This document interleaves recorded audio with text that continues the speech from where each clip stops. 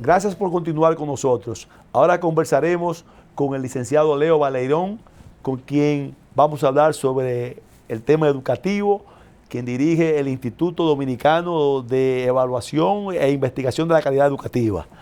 Así lógicamente, en un país como el nuestro, que gracias a Dios ya hace unos años contamos con un presupuesto, por lo menos desde el punto de vista presupuestario, vale la redundancia, adecuado para poder pensar en una educación con calidad. El instituto que usted dirige o en la cual usted viene elaborando, esencialmente es un organismo técnico, ¿verdad, licenciado? Sí, así es, pero antes que nada agradecerte la invitación. Realmente es la primera vez que vengo a compartir contigo y realmente para mí es muy interesante poder siempre compartir las cosas que hacemos en el instituto. Sí, efectivamente nosotros somos un órgano descentralizado del Ministerio de Educación. Es la única organización que está dedicada exclusivamente en la educación preuniversitaria, exclusivamente a todo lo que tiene que ver con la investigación y la evaluación de la calidad educativa. Esa es nuestra misión, esa es nuestra función, y nosotros venimos haciendo ese trabajo desde el año 2008. Es decir, que recientemente, de hecho, acabamos de cumplir nuestros primeros 11 años como institución, y a lo largo de estos años, bueno, hemos hecho grandes esfuerzos por poner en la agenda de República Dominicana un tema que en sentido general, digamos, no se valoraba tanto, que era la investigación educativa, la investigación en sentido general. Es decir, por mucho tiempo siempre se decía, bueno, ¿para qué investigar? O sea, ¿para qué preocuparse de la investigación cuando ya los problemas están claros, los problemas están definidos? Entonces, ¿qué necesidad tenemos para hacer investigación? No. Cuando estamos caminando en un mundo donde la investigación, ya se está hablando de emprendedurismo e investigación. Así mismo en todo lo que de una forma u otra se considera una sociedad en desarrollo. Así mismo es, ¿no? Y que hoy tomar decisiones en materia educativa, como en cualquier ámbito de las políticas públicas, tomar decisiones tiene que ser sobre la base de evidencia científica. O sea, no se puede tomar decisiones a la ligera. ¿Por qué un niño aprende? ¿Cómo un niño aprende? ¿Cuándo un niño aprende? Son preguntas que hay que contestarlas. Yo te puedo decir, en el 2017, el Ministerio de Educación hizo una evaluación diagnóstica de los niños de tercer grado de primaria. En el 2018 lo hizo en sexto de primaria. Yo me he puesto a jugar con la información, a profundizar en la información. ¿Y qué datos yo encuentro? La evaluación que hizo el Ministerio de Educación permitió, es una evaluación censal, por tanto todos los centros educativos públicos y privados participan de ese estudio. El Ministerio recogió información que le permitió organizar las escuelas por quintiles socioeconómicos. Bueno, uno lo que espera, y la evidencia internacional lo pone así de relieve, es que el quintil socioeconómico, o sea, la variable socioeconómica, posiblemente es la variable que mejor explique por qué un niño aprende. Lógico, un niño de una familia del quintil socioeconómico 5, es decir, de una familia que tiene recursos económicos, y eso le permite acceder a una serie de beneficios, de bienes inclusive, es una condición propicia para que el niño aprenda. Ahora, ¿qué yo encuentro en los resultados?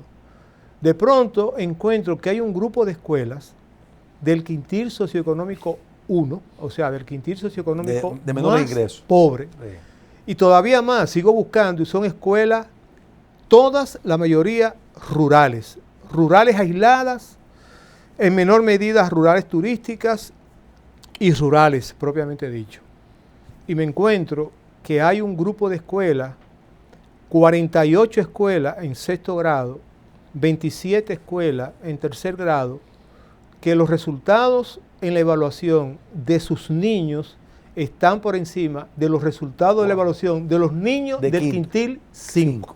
¡Wow! Y todavía más, me encuentro que hay... O sea que ahí se rompe totalmente el esquema de análisis si se toma en cuenta esa parte. Exacto, y encuentro que hay 21 escuelas que tanto en tercero como en sexto grado los resultados de los niños son más altos que los niños del quintil 5. ¿Será ahí entonces que hay, han ustedes evaluado si se debe a una participación de los educadores de mejor nivel, de los profesores de mejor nivel? De hecho, o si hay una formación quizás hogareña en esos lugares rurales. Mira, las hipótesis son muchas. Inclusive estamos pero acercándonos. ¿le han dado resultados? ¿Algunos resultados? ¿Qué cosa encontramos? A nivel de formación, los maestros tienen la misma formación que los otros maestros. Okay. Pero los niños tienen menos distracciones. Eso es un punto. Los niños tienen menos distracciones. Están más los enfocados. Niños están más enfocados en su escuela. Y hay maestros altamente motivados. Altamente motivados porque los niños aprendan, porque la situación de pobreza, es como que la situación de pobreza termine con ellos, que ellos puedan seguir avanzando. Así es. Eso es un factor importante a uno entender que, bueno, es verdad que el nivel socioeconómico sigue siendo una variable importante, pero nos dice a nosotros, sí, pero hay esperanza. Si yo tengo una escuela, yo siempre he dicho esta frase: no hay peor situación que un niño pobre o una niña pobre estudie en una escuela pobremente gestionada, porque su realidad de pobreza aumenta. Sí, ahora, si la escuela... Sí, porque las expectativas entonces irían en consonancia en seguir en la pobreza. Así mismo es. Sin embargo, si la escuela está ricamente gestionada, es decir, hay maestros motivados, hay maestros interesados, hay niños que quieren, que valoran la educación, entonces uno tiene esperanza de que realmente esos niños, aún en las condiciones de pobreza, aprendan. Y ese es un tema interesante en República Dominicana y en América Latina. O sea, ya se han hecho varios estudios. Yo mismo participé en lo que fue prácticamente uno de los primeros estudios en América Latina, porque fue en el 88, donde probamos que una escuela, aún en un nivel socioeconómico pobre, si está gestionada, o sea, si tiene un director, aquella vez decíamos, fuerte y activo, un director fuerte y activo, y además tenemos maestros que sí, aquella vez en el 88 la palabra fuerte hablaba mucho de rigurosidad, dedicación, disciplina, y además tener maestros que están atendiendo a cada niño de manera particular, ya eso genera diferencia. Y eso lo probamos en el 88, 90. Fue un estudio que hicimos con la asesoría de la Universidad de Vancouver de Canadá. Es decir, ¿se hizo a nivel nacional o se cogieron algunas plazas fue específicas? Un estudio, lo hicimos un estudio de caso, no había más recursos en ese momento, un estudio de caso, pero fue un estudio que por lo menos dio orientaciones muy claras sobre la fuerza que tiene una gestión efectiva, una gestión centrada en que cada niño aprenda. Y esa es, yo creo, la tarea nuestra. Licenciado, en la actualidad, sobre la base de lo que ustedes vienen realizando en la parte de investigación y la parte evaluativa, ¿cuáles perciben ustedes que son los problemas principales? Si se dan más en la educación inicial, primaria, si se dan más que lógicamente en la secundaria va a depender en gran medida de la educación inicial, en la primaria, si hay elementos en esos problemas que tienen que ver con los pensum educativos, si eso también es parte de lo que ustedes hacen, si hay elementos que tienen que ver también con, ya usted lo dijo, la formación de los educadores. ¿Cuáles han sido, vamos a decir, los problemas principales que ustedes han encontrado? Sí, mira, vamos a decir que el primer problema, o el problema más importante que nosotros evidenciamos, y lo evidenciamos en todos los estudios, tanto nacionales como internacionales, es que los logros de aprendizaje, es decir, el rendimiento de los niños en esas evaluaciones, están muy por debajo de lo que uno espera. O sea, las mismas pruebas nacionales, yo digo que las pruebas nacionales es una especie de electrocardiograma que no cambia. O sea, los resultados son prácticamente similares año tras año. Y lamentablemente malos. Y son muy bajos. Muy bajos. En los estudios que hacemos se sigue repitiendo el mismo tema. En los estudios internacionales que hacemos se sigue repitiendo el mismo tema. Sin embargo, la prueba PISA, que tú lo conoces, he oído mencionar, la prueba PISA es ese programa de evaluación de estudiantes que la maneja la OCDE a nivel internacional, donde participan 70 y pico de países. En la base de datos, en el análisis de la base de datos de nuestros resultados particulares de República Dominicana, encontramos una evidencia sumamente interesante. Era que los estudiantes que habían tenido la posibilidad de ir al nivel inicial, es decir, no empezaron a los 6 años, sino que empezaron a los 5, tenían 25 puntos por encima del resto. Pero lo que habían empezado a los 4 años aumentaba. Quiere decir, los años de escolaridad, tener más años de la experiencia. Es mayor garantía de una mejor educación. Genera resultados positivos, Y uno dice, qué bueno que el gobierno actual ha dedicado fondos a todo lo que tiene que ver con las estancias infantiles, que todavía eso es un tema que hay que seguir. Hay mucho ahí que los niños de 5 años hay un porcentaje relativamente alto que está yendo a la escuela, aunque aún todavía tenemos que romper con la cultura de la familia. Nosotros hicimos un estudio en el instituto.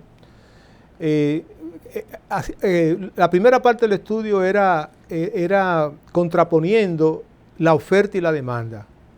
¿Qué te estoy dando yo, familia, para que tú puedas mandar a tus hijos, y qué es lo que tú me envías?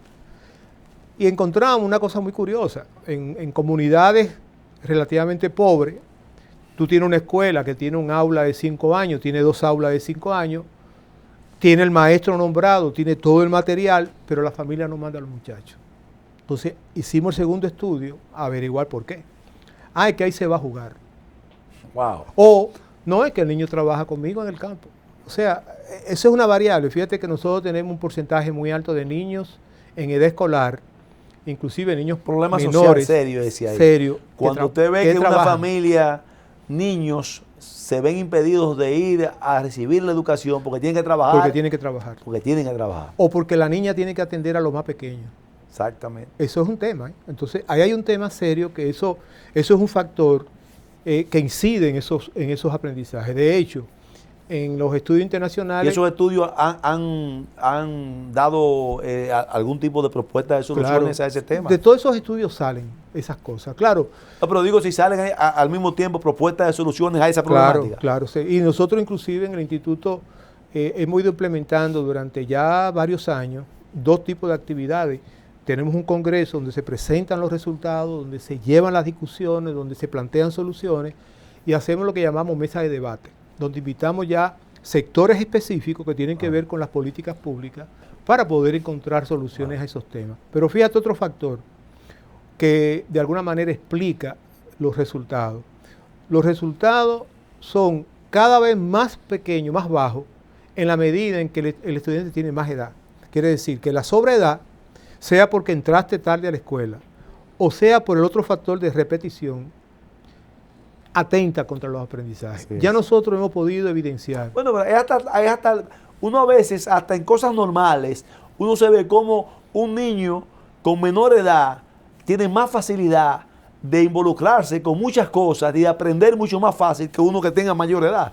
De hecho, eso es prácticamente ya científicamente comprobado. Sí. En esos estudios que te mencionaba, de hecho, queda muy claro que los niños que están en la edad requerida, es decir, está en primero de primaria a los 6 años, y así sucesivamente. Los niños que están en la edad requerida tienen mejores resultados que los niños que están en sobreedad.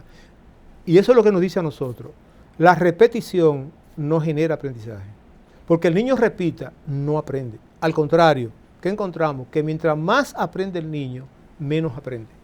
Mientras más repite el niño, menos aprende. Entonces la política de repetición no es una buena política. Yo creo que es una buena política. Ese es un tema que vamos a continuar ahí después de una breve pausa que tenemos. Continuamos en ese punto porque cuando dice que la política de repetición no garantiza aprender, cuando volvamos, me gustaría saber entonces qué se hace entonces para eliminar esa parte. Continuamos en unos breves minutos.